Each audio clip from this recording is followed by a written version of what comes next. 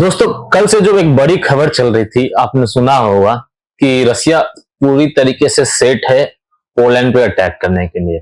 और जो Wagner group थी, वो बेलारूस के जो आर्मी थे, उनको कहीं ना कहीं ट्रेनिंग दे रहा है। कहाँ पे? तो पोलैंड के बॉर्डर पे। और जो नेटो फोर्सेस थे या पोलैंड के जो फोर्सेस थे, वो सारे के सारे कहाँ पे आ चुके हैं? तो बॉर्डर पे आ गए। तो कहने का मतलब, जो पोलैंड के फोर्सेस थे, पोलैंड की आर्मी, वो भी कहाँ बॉर्डर पे इकट्ठा हो गए। और यहाँ पे बेलारूस के जो आर्मी थे, उसको वैगनर ग्रुप ट्रेनिंग कर रहे हैं, वो भी कहाँ थे? पोलैंड के बॉर्डर पे। तो देखिए, ये पुतिन का मास्टर स्ट्रोक थे। और इस मास्टर स्ट्रोक में देखिए, ये कहीं ना कहीं एक अपने आप में, पुतिन साहब ने डिसाइड कर लिया। वो सोच चुके कि भैया वर्ल्ड वॉर 3 होना है और ये किसी से रुकेगा नहीं।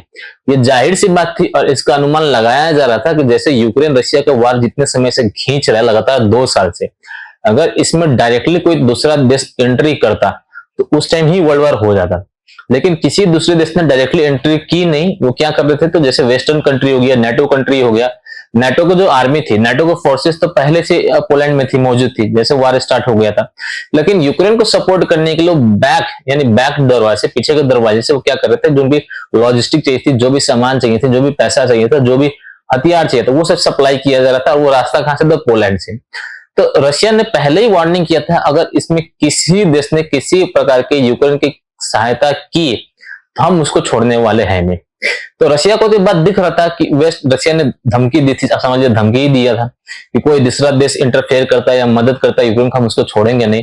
फिर भी रशिया ने, आप लोग देख रहे हैं, उस टाइम रशिया ने कोई एक्शन नहीं लिया। बाकी सारे देश यूक्रेन को सपोर्ट कर देते। इसी कारण से यूक्रेन लगातार 2 साल से टिकने में कामयाब रहा। और ये 2 साल के वार, जहां पे पुतिन साहब ने भी डिसाइड नहीं किया था, सोचा नहीं था, डिसाइड को बोलो सॉरी फ्रेंड, सोचा नहीं था कि वार इतना लंबा खींच जाएगा। देखिए हुआ क्या था उनके प्लान। उन्होंने ये सोचा था कि ज्यादा, मतलब कि एकदम एग्रेसिव वार नहीं किया जाए। एग्रेसिव वार करने से क्या होता है? बहुत सारे लॉसेस होते। इनफैक्ट जो मानवता के जो नुकसान होती है, जो वहां पे लोग मरते, वो मतलब अनकाउंटेबल होते। अगर एग्रेसिव वार करते हो एकदम से, बहुत पावरफुल तरीके से बॉम्बिंग करना, राइट।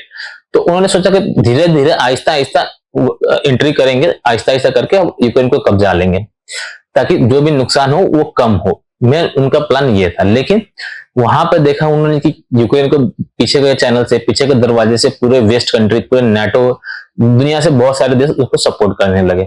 जिस कारण से जब पुतिन ने सोचा कि धीरे धीरे हम, देखिए यूक्रेन को अभी पुतिन चाहे तो एक दिन का खेल है, एक दिन में पूरा यूक्रेन 1 सेकंड में उड़ा सकते हैं। लेकिन उसमें नुकसान वही होगा कि बड़ा नुकसान होगा, जहां पे लोगों को जान मान की क्षति होगी। मेन चीज यही है, बहुत सारे लोग मारे जाएंगे, ठीक। तो वो पुतिन साहब नहीं चाहते थे। लेकिन जो ये वेस्ट कंट्री की एंट्री करने पर, मतलब डायरेक्टली एंट्री तो नहीं किया था वेस्ट कंट्री ने, इनडायरेक्टली एंट्री किया था, पीछे से सपोर्ट कर रहा था। तो जो वार 2 साल में खींचा, उसमें रशिया को भी बहुत बड़ा नुकसान झेलना पड़ा है। तो पुतिन साहब ने उसी टाइम सोच लिया था कि अगर मैं डायरेक्ट इनसे भिड़ जाता हूँ उस टाइम पे, तो वहां पे तो ऑलरेडी नेटो सारा कुछ अलाइन है। और पुतिन साहब ने प्रिपेयर नहीं किया था कि उनको पूरी दुनिया के साथ लड़ना है। इसीलिए उन्होंने भी चुपचाप देखा, सुना। अगर बाकी जो भी कंट्री है हेल्प कर रहा है यूक्रेन को, उन्होंने हेल्प करने दिया। और वहीं पे कहीं ना कहीं उस लड़ाई को और खींचा पुतिन साहब ने जानबूझ के, ताकि उनको जो टाइम मिल जाए प्रिपेयर होने के लिए, कि एक ही बार में, क्योंकि माइंड सेट बना लिया कि अगर वो बाकी जो धमकी दी थी, हम किसी को छोड़ेंगे नहीं, तो अगर वो अटैक करने जाते हैं तो वहां पे वो फंस जाएंगे, क्योंकि उन्होंने खुद की तैयारी नहीं होगी पूरी दुनिया से लड़ने के लिए, तो उनको भी टाइम चाहिए था। तो इसलिए इस वार को उन्होंने लंबा खींचा, अपने आप को अंदर ही अंदर प्रिपेयर किया। आपको बहुत कुछ दिखाया गया, रशिया में ये प्रॉब्लम है, वो प्रॉब्लम है, ये हुआ, और वो एक्चुअली में पुतिन की मास्टर प्लान था, ठीक। अब अभी हमने जस्ट हाल फिलहाल के जो न्यूज अभी हमने सुना था, वैगनर ग्रुप विद्रोह कर दिया, पुतिन पे अटैक करने चला गया, तो ये भी एक ड्रामा होगा। क्योंकि एक दिन बाद ही आपने न्यूज देख लिया होगा, 1-2 दिन के बाद ही क्या होगा, वैगनर ग्रुप बैकअप कर गया। वो किसी कारण से भी मीडिया में कुछ भी न्यूज आया कि उन्होंने बैकअप कर लिया, तो या वो 10 लाख 50 लाख, मतलब 10 लाख की आर्मी लेके खड़ा हुआ है पूरे देश कंट्रोल में, तुम 25,000 सेना लेकर उसके साथ लड़ने जा रहे। अब अक्ल वाली बात कीजिए कि वैगनर ग्रुप पुतिन को मार देगा, वैगनर ग्रुप ऐसे हथियार लेगा, ये कौन से बड़ी बात है? जो नॉर्मल नक्सलवाद होता है, मान ली भारत में नक्सलवाद है, जो छोटे मोटे ग्रुप है, उनके पास भी फौज 1 लाख 1.5 लाख 80,000 के फौज होते हैं। और ये 25,000 प्राइवेट आर्मी ग्रुप लेकर कंट्री रशिया, जहां 10 लाख उसका आर्मी है, दुनिया का सेकंड, मतलब बात ही छोड़ दिए भैया, एक न्यूक्लियर, मतलब क्या हिसाब बोलो, उसके सामने चींटी बराबर है भाई। तुम लोग कैसे आके कुछ भी बोल देते हो, समझ नहीं आता है। तो ये पुतिन का एक मास्टर प्लान था। आज देखिए वही वैगनर ग्रुप बेलारूस आर्मी को ट्रेन कर रहा है। बेलारूस तो ऑलरेडी पूरा फुल सपोर्ट में पुतिन साहब की, मतलब रशिया के फुल सपोर्ट में बेलारूस है ऑलरेडी, ठीक है। तो रशिया का पार्टी जो भी, मतलब एक हुआ था उसका जो जो पार्टीशन हुआ था रशिया का 13 भाग में, तो बेलारूस भी सेपरेट हो गया था, है तो लेकिन रशिया के पार्ट, ठीक है। तो जो ये उनका मास्टर प्लान था, अब वैगनर ग्रुप रूस आर्मी को ट्रेनिंग कर रहे हैं। अब यहाँ से पुतिन जैसे पोलैंड पे अटैक करेंगे तो नाटो को, वेस्ट कंट्री को मुंह तोड़ जवाब मिल जाएगी। तो वो अब होगा क्या कि वो भी बैकअप नहीं कर सकते। यूक्रेन के साथ तो उन्होंने धोखाधड़ी की, बैकअप कर दिया, आगे भेज दिया लाड़ी भाई तुम युद्ध करो, हम पीछे से थोड़ा थोड़ा वो सपोर्ट कर रहे हैं। और जो पोलैंड के साथ, तो वो पोलैंड नाटो में देश है, और नाटो को तो नियम है अगर एक देश पर हमला होगा तो पूरा नाटो मिलकर उस देश पर हमला करेंगे, सपोर्ट करेंगे। तो पोलैंड नाटो का देश है, अगर पुतिन से अगर सिर्फ पोलैंड पर हमला करेंगे तो कहने का मतलब वो पूरा नाटो पे हमला होगा, यानी कि वर्ल्ड वॉर 3 स्टार्ट हो चुका है। बस 30 दिन आपको इंतजार करना है, काउंटडाउन गिन लीजिए, आज से तारीख 30 दिन के अंदर आपको वर्ल्ड वॉर शुरू हो जाएगा। और ये मेरा पर्सनल मानना है, इसमें कोई साइंटिफिक, कोई लॉजिकल कुछ भी नहीं है, ये मेरी अपनी कैलकुलेशन है। 30 दिन के अंदर आपको वर्ल्ड वॉर 3 बिगन हो जाएगा।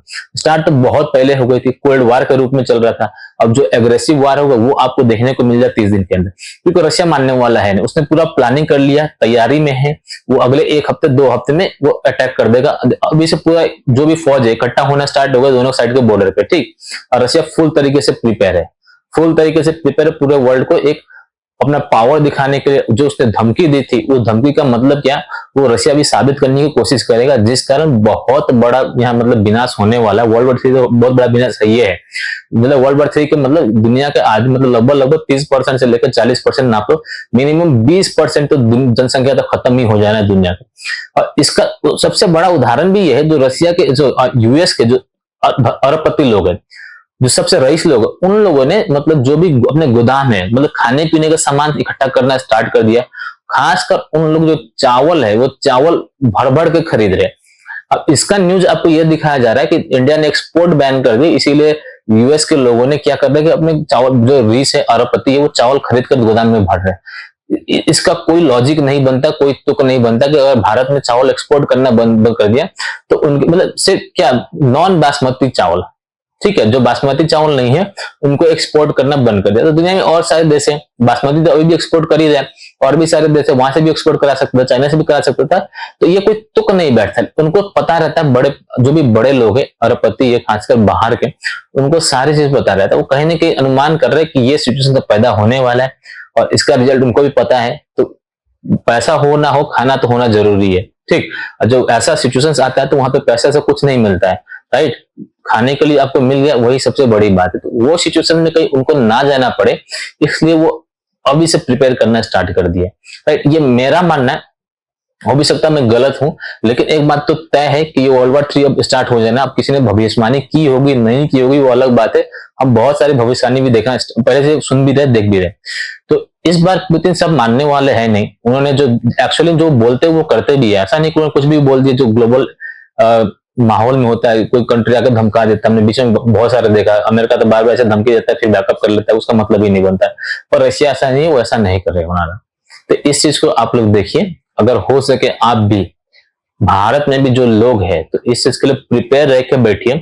जो भी जरूरी चीजें है, जो कुछ भी है, उसका व्यवस्था पहले से करके रखे रहिए। कभी भी कुछ भी एक बड़ा खबर आ सकता है और वर्ल्ड वॉर 3 एग्रेसिव रूप में मतलब कि स्टार्ट हो जाएगा। ये तो कोल्ड वॉर चल रहा है तो वर्ल्ड वॉर 3, लेकिन तो है कोल्ड, एग्रेसिव वॉर होगा जहां वेपन यूज होंगे, हथियार के थ्रू वार किया जाएगा, तो उसका रिजल्ट कुछ और ही होगा, और खासकर न्यूक्लियर के टाइम पे, ठीक। अब देखना यह है कि नाटो जीतना है, या अमेरिका जीतेगा, या रशिया जीतेगा, ठीक। पावरफुल कौन है वो सब अभी दिख जाएगा। देखो जिस टाइम रशिया ने पोलैंड पर अटैक किया, जैसे मैंने बोला कि अब नाटो की और वेस्ट की, अमेरिका की ये मजबूरी बन जाएगी कि भैया वर्ल्ड वॉर 3 में अब इंटर करो। इज्जत के बोलते ना, इज्जत की सवाल हो जाएगी। लो भैया तुमने बोला कि आके दिखा, लो मैंने आके दिखा दिया, क्या कर दिया तुम। तो वो सवाल हो जाना है यूएस के साथ, नाटो के साथ और अमेरिका के साथ। तो वो अपनी इज्जत बताने के लिए जो कुछ भी बचाना हो, अपना जो भी पावर दिखाने के लिए, हम सुपर पावर है, वो सबको एक बचाने के लिए उनको वर्ल्ड वॉर 3 में इंटर करना पड़ेगा एग्रेसिव के रूप में।